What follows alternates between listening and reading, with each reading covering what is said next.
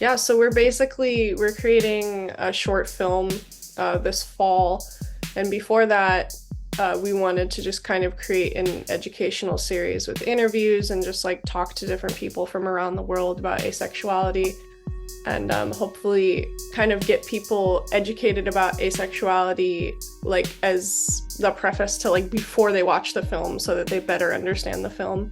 I'd love to hear about your work. Well, I didn't know how or where to begin.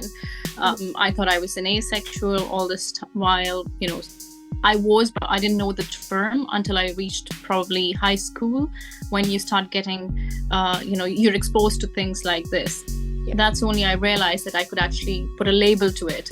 I never came out openly, and I was very scared because I didn't know how people would perceive it. And when I did as well, there were a lot of people who would make comments like, you're going to die anyway. Why don't you just benefit somebody by having sex with them? And I'm like, what do I gain out of it? When even people who have casual sexual relationships, there's pleasure, there's something involved there if it's not money or, any other gains.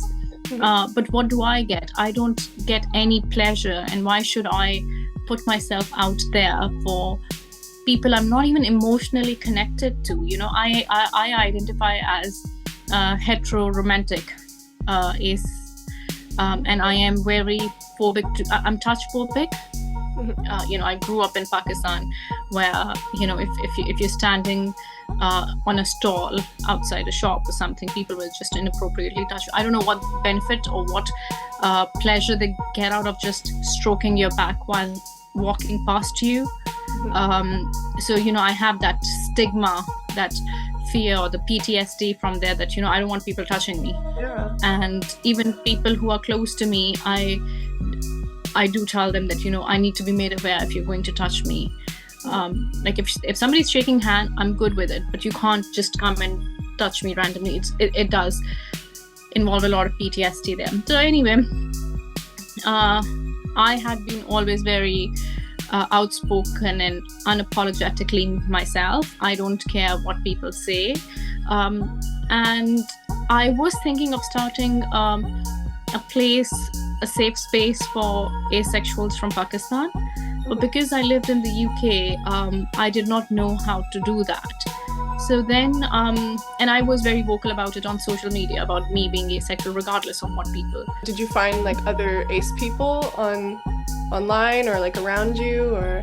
So this is what happened. Somebody in one of the safe spaces for women's only group tagged me or connected me with somebody who thought they were ace. They were like at the point of discovering themselves, and they needed to talk to somebody who would not judge them and maybe answer their questions. So I got in touch with that person, and we decided, let's just, I will create a safe space, and if there are people who are ace and would like to come together and discuss their issues and experiences, because as ace people as well, we still need doctors and stuff. We're non-judgmental, but most of the time in countries like Pakistan, you go to doctors, especially if you're a female, they will ask you to get married for various reasons. Like I have endometriosis as well, that's why I end up at hospital all the time.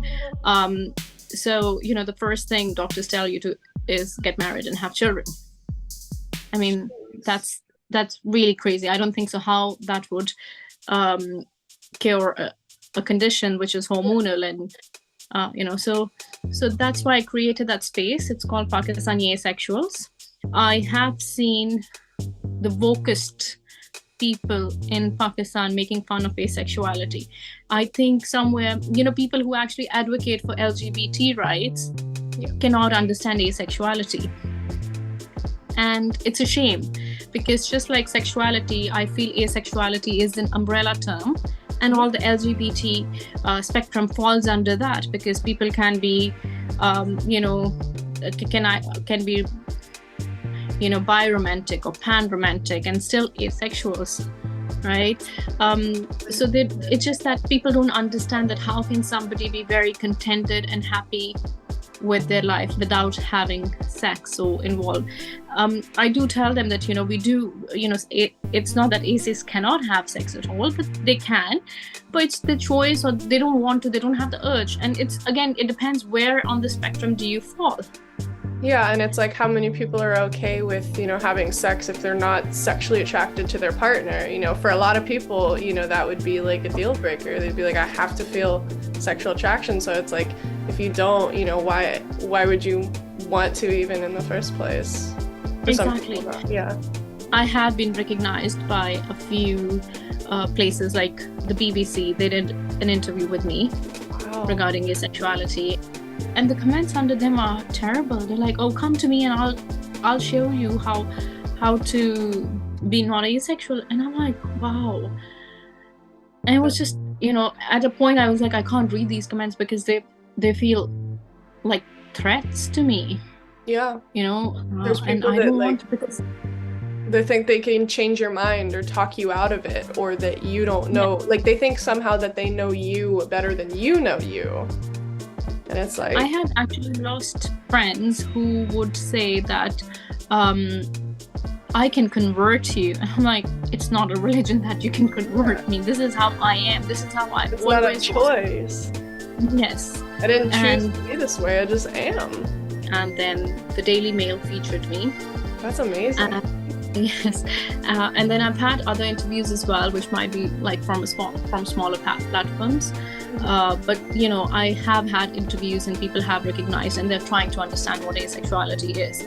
I've had online conferences, been a part of them from the US or like the South Asian community.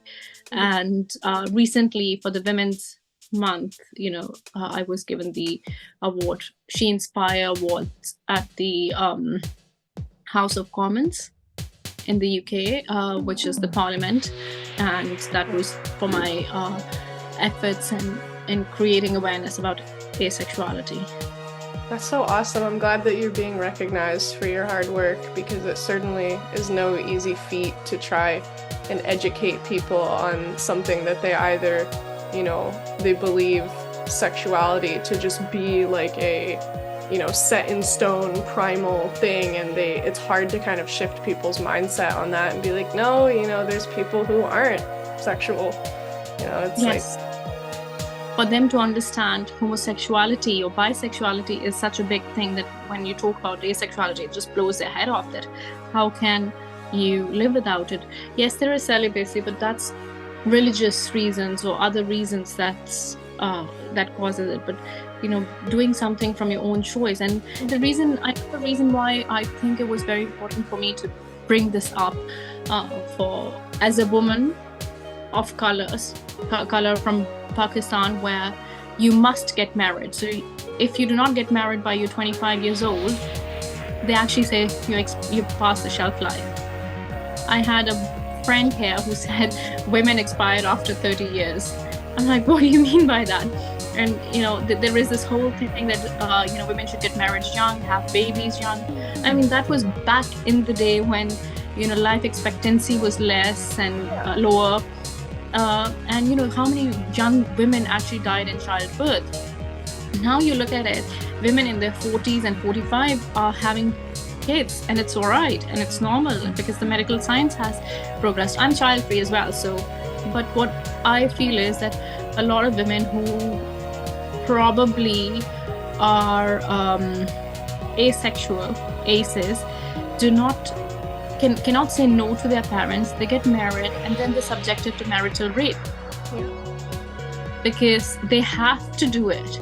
I mean, I have a partner, I'm in love with my partner, but he respects my boundaries. When we talk about marriage of convenience, right? Like an ace get married to an ace or a homosexual man, and then they can go and do whatever they want to do. But the thing is, at some point, a man who comes under pressure to marry a woman will always come under pressure to produce babies as well. Yeah. So, it's the woman who loses. And if it's an ace man, he would not be able to fulfill the sexual needs of his wife. So again, that's unfair to the other person. Yeah. And I think it's very important to address these issues because it's not fair. And then they bring religion in, where they say that, you know, in Islam, you are made in pairs. You are supposed to increase the progeny and, you know, make more babies. And I mean, look at the world where we're heading. Yeah. At the same time, where asexuality comes in, I think it's very important to address it, especially in brown households where culturally, society, religious reasons, you are subjected to so much, and it affects your mental health. Exactly, and you're being treated as just like an object that is just for furthering the population or pleasing the man, and not being treated as a human being or just your own person. And that is such a radical idea to some that it's just insane to think about, that there, you know, there's people out there who view you as nothing more than a tool almost. Yes, and that's what I say recently. You know, because of the works that I've been doing, I have been invited to several events where there are a lot of ministers involved. And recently there was an Eid reception, you know, Eid Muslim festival after Ramadan. So in the UK, they have, for every religious festival, whichever is big, they do have gatherings in Houses of Lords. Or so I was invited to number 10 Downing Street, which is the Prime Minister's residence, to celebrate Eid. And I feel that's a big accomplishment, that I am being recognized up to that level. I mean, not everyone gets that invitation. Yeah. And when I ended up being there, and I mean, I posted a picture and nobody recognizes that I have done something to be there. All they say is that I feel like a flesh, you know, piece of meat for them, where they would be just commenting on my appearance, my dress. Fine, you're doing that, but you know, there is a lot more background to it. Nobody asked me, why were you there? What did you do to get there? How about instead, Yes. like, I'm so proud of you for making Yes. it to this high level. Like, Yes. So I just feel like whatever, even for my, you know, the pictures that I post for my asexuality or my endometriosis, they don't see that what is the caption, what have I written, what I'm trying to educate people. There are very few people who would read that. Most of them would be weird comments. Oh, looking very pretty, looking good, maybe. And I'm like, no, that's not the point of this picture. some people's first thing is like, oh, you turned out so beautiful. And I'm like, so we're just gonna ignore like that I'm freelancing and being able to do what I want in film. Yeah. And, I created this life for myself, but the Yeah. highest compliment you can give me is like, oh, you're so beautiful, and not like, wow, you're killing it in your career. Like, Yeah. what? They overlook pretty much anything. They overlook personality, all of that, for either like physical appeal or what can this other person do for me.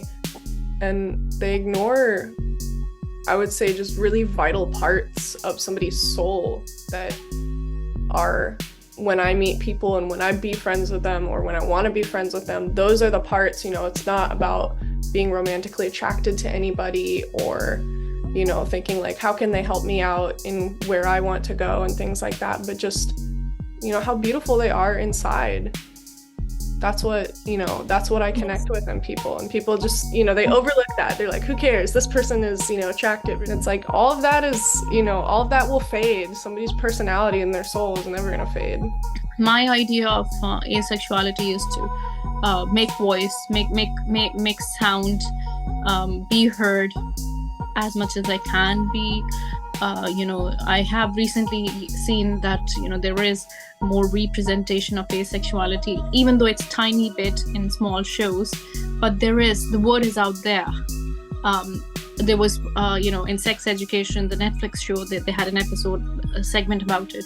Then recently I was very surprised to see that in an Indian movie. And I know that like when there was also Todd on BoJack Horseman on the Netflix show, that a lot of people, like, their idea of asexuality, they're like, oh, I know that because of this show. And it's like, see, that's why it's so important, even if it's just for an episode or two on this show. It's like, it's so important because so many people are like, oh, I know what that is. instead of Yes. being like, what's that? How can anybody be that? And Yes. those terrible things that they say. I grew up in a privileged household where we were not conditioned to follow certain paths. Sadly, my father passed away before I could tell him that I was asexual, but he would have been okay with anything. But one of my nieces, I think she's in her teens now, 15 years, 14, 15 years, and she's saying to her mother that she thinks she is more inclined towards liking women, because her mother has had bad divorces and all that, so probably that could be as well. But if she's at 15 recognizing it, I think it's amazing, and the mother's supporting it. Mother's like, do whatever you feel happy in and I'll be happy. I mean, she's still young. 14, 15 is still a young age, but when you start exploring, if you don't do it, you won't know. Exactly. And you have to have kids like have the freedom to explore. Otherwise, they're just gonna like be put into a box and be like, okay, this is what everybody expects me to be. Even though I want to be over here, I have to do this because this is, what people are telling me I should be, and they're not allowing me to go outside my box. And yes, and it's very important for her mother to recognize it, because if the mother had, because she's a single parent, and if the mother had said no, it would have affected her mentally quite badly. Yeah. I think it's amazing that they're bringing her up in a way where, she is open to choose what she wants in her life. I think there should be more parents like that. Exactly. Who would accept their children as they are, instead of forcing them, because what will the society say? Because that's a big thing in India, Pakistan. We worry more about the society than our own children. So I think it's very important to let them express themselves and let them find their own path. The path that I've lived is my path to follow, not for anyone else. Exactly. So everyone has their own journey and their own stories to write. Exactly. I couldn't agree more. I also wanted to ask, what do you think is one of the greatest obstacles in the way of bringing visibility and acceptance to the ACE community? I think it would be the response a lot of places would get from the audiences. Like BBC did that feature on me about asexuality, and the comments you see, maybe they wouldn't do it in future with somebody else because there was a lot of backlash. Yeah. So I mean, and if you do a freelance movie, or even if you do a mainstream movie, would the audience accept it? There's a long way. How with the if you look at the homosexuality as well, for how long it has been trying to slowly get into the mainstream media, and only now people are okay with it. Even then, there are sometimes we read comments, or we hear people say, oh, that's just the token homosexual person there. But we need to constantly put that out there, make it wherever we get an opportunity. When we talk, we just talk about LGBT, but we don't go beyond what is QIA. Yeah. We just stop at LGBT plus. So I want that QIA to be more as visible as LGBT. But what I said in the beginning, asexuality is not a part of LGBT. LGBT is a part of asexuality. Yeah. Just like it's a part of sexuality. So it's two umbrella terms going parallel to each other, and then there are people who fall on the spectrum somewhere. And then lastly, what do you love about the asexuality community? I think there is a lot of support available, and they don't judge you where you fall on the spectrum, or if you're trying to identify yourself. I mean, in my group, the people who have joined the group thinking they were asexual, but then they realized that it's not for them, so they left. They said, thank you for this place, but I think I was just going through a phase in my life, and which is okay. And you help them find themselves. Yes, so they might. But what I feel from asexual community that there is a lot of support, and they're happy for you to explore yourself. Yeah. And what I think is required is more doctors who are aware of asexuality. And again, in schools, when they have the sex education, they need to talk about asexuality as well. I think that is the age where you should talk about it, when you're just entering your teens.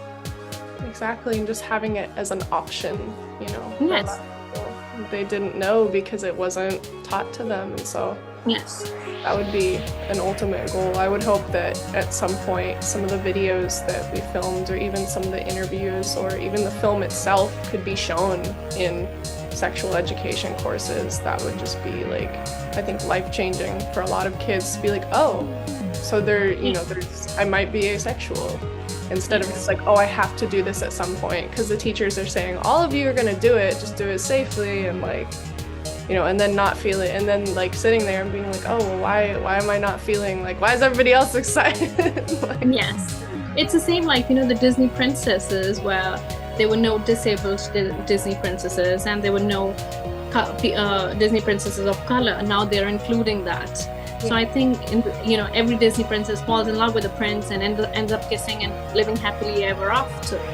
But what about the ones who do not do that? yeah.